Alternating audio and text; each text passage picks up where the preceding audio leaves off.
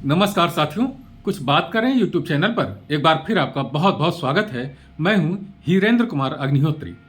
हमारे देश की केंद्र सरकार चाहती है कि हमारे देश में एक देश एक चुनाव की पद्धति लागू हो। इसके तहत उसने अभी 17 दिसंबर को लोकसभा में यह बिल पेश किया कि हमारे पूरे देश में लोकसभा के भी चुनाव एक साथ जब हों तो राज्यों की विधानसभाओं के भी चुनाव हों और जो नगर निगम, पंचायत, ग्राम पंचायत वगैरह के चुनाव हों, ये सब एक साथ हो जाएं। इसकी वजह ये है कि जब अलग अलग चुनाव होते हैं, लोकसभा के चुनाव अलग हो रहे हैं, राज्य सरकारों के चुनाव अलग हो रहे हैं, नगर निगमों के चुनाव अलग हो रहे हैं, ग्राम पंचायतों के चुनाव अलग हो रहे हैं, तो बहुत खर्चे का सामना करना पड़ता है। इसमें खर्च बहुत ज़्यादा आता है। दूसरी बात ये होती है कि अलग अलग चुनाव होने से हमारी सरकारें हमेशा चुनाव की मानसिकता में ही बनी रहती हैं और वो विकास के कामों पर ध्यान कम दे पाती हैं। चुनाव अलग अलग होते हैं तो आचार संहिताएं भी लग जाती हैं कि अब चुनाव होने वाले हैं तो विकास के कार्यों की नई नई घोषणाएं नहीं हो पाती, नए नए विकास कार्य नहीं हो पाते। अलग अलग चुनाव होने से महंगाई भी बढ़ती रहती है बहुत ज़्यादा, ऐसा अर्थशास्त्रियों का कहना है। इसलिए केंद्र सरकार चाहती है कि पूरे देश में सभी जो निकायों के चुनाव हैं वो एक साथ हो जाएं।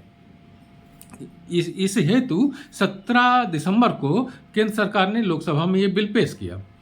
इस बिल के पक्ष में 269 वोट पड़े और इसके विपक्ष में 198 वोट पड़े।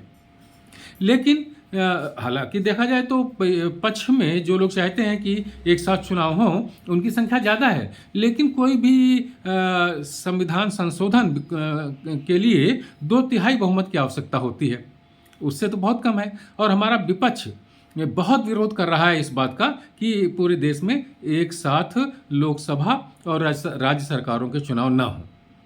उसका आरोप है कि इससे केंद्र की तानाशाही बढ़ेगी और राज्य सरकार के अधिकारों का हनन होगा। लेकिन केंद्र की तानाशाही क्यों बढ़ेगी, राज्य सरकारों के अधिकारों का हनन क्यों होगा, इसके लिए हमारा विपक्ष कोई मजबूत तर्क नहीं दे पा रहा है।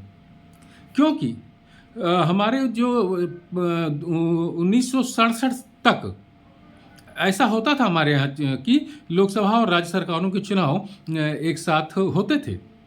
1952 में हुआ, उसके बाद 1957 में हुआ, फिर 1962 में हुआ, 1967 में हुआ। इसके बाद 1971 के बाद ये प्रक्रिया 1971 से ये प्रक्रिया बंद हो गई। श्रीमती इंदिरा गांधी की अपनी कुछ राजनीतिक मजबूरियां थीं और कुछ राज्य सरकारें भी भंग हो गईं, तो इस कारण ये प्रक्रिया रुक गई। अब केंद्र सरकार का कहना ये है कि ये बहुत आवश्यक है कि देश के विकास के लिए, विकास योजनाओं को लागू करने के लिए, महंगाई को कम करने के लिए ये चुनाव के ये एक देश एक चुनाव की प्रक्रिया लागू होना बहुत आवश्यक है। और साथियों, अगर निष्पक्षता के साथ इस पर विचार किया जाए तो विपक्ष जो आरोप लगा रहा है कि केंद्र सरकार की तानाशाही बढ़ जाएगी, राज्य के सरकारों का हनन होगा, इसके पक्ष में कोई मजबूत तर्क न होने के कारण इस विरोध में कोई दम नहीं नजर आता। राज्य सरकारों का अपना काम है, वो करती रहती हैं। और दूसरा बात यह है कि विपक्ष को ये डर है कि इससे जो क्षेत्रीय पार्टियां हैं उनका महत्व कम हो जाएगा और राष्ट्रीय पार्टियों का ही राज्यों में वर्चस्व रहेगा। इस बात का भी कोई बहुत तर्कपूर्ण आधार नहीं मिलता। तो साथियों, ये जो केंद्र सरकार का विचार है ये है तो उचित, लेकिन विपक्ष के विरोध के कारण ये पास नहीं हो पा रहा है। विपक्ष को वस्तुतः आज की तारीख में आशंका ये है कि प्रधानमंत्री, मतलब ये मैं समझता हूँ कि प्रधानमंत्री मोदी चूंकि भारतवर्ष में सर्वस्वीकृत नेता हैं और जब एक साथ लोकसभा और विधानसभाओं के चुनाव होंगे तो आप अधिकतर देखिए कि लोकसभा में हमारी केंद्र सरकार जीत जाती है और तमाम विधानसभाओं में हार जाती है। और ऐसा पहले भी होता था, जब एक साथ लोकसभा और राज्य सरकारों के चुनाव होते थे तो केंद्र में कांग्रेस के नेतृत्व में सरकार बनती थी, लेकिन 6-7 राज्यों में हमेशा कांग्रेस की सरकार नहीं बनती थी। यानी हमारे देश का जो वोटर है वो बहुत समझदार है, वो उसको मालूम है कि केंद्र सरकार को कब वोट देना है और राज्य सरकारों को किन मुद्दों पर वोट देना है।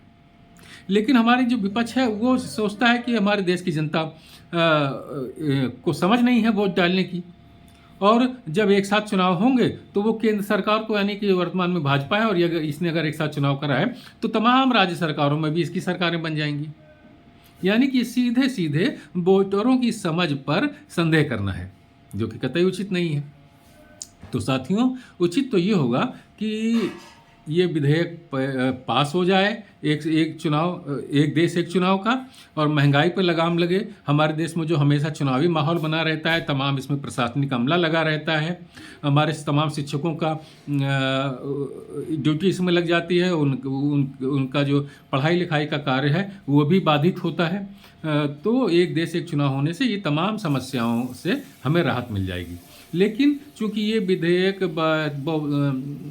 2/3 बहुमत से पास नहीं हो पाया है, इसलिए केंद्र सरकार ने इसे जेपीसी में भेज दिया है, संयुक्त संसदीय समिति में भेज दिया है। अब वो लोग इस पर विचार करेंगे और देखना ये होगा कि ये विधेयक कब पास होता है। लेकिन ये हमारे देश के हित में बहुत ज़रूरी विधेयक है कि हमारे देश में सभी चुनाव एक ही समय में हो जाएं, जिससे हमारी सभी सरकारें, हमारी सभी निकाय जनता के हित के कार्यों को पर ध्यान दे सके और उन्हें लागू कर सके।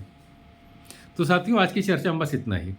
ये वीडियो आपको कैसा लगा, अपनी टिप्पणियों से मुझे अवगत कराइए, और अगर आपको पसंद आए तो इसे लाइक करिए और शेयर भी करिए। कल किसी और मुद्दे पर आपसे बात करता हूँ, तब तक के लिए जय हिंद, वंदे मातरम।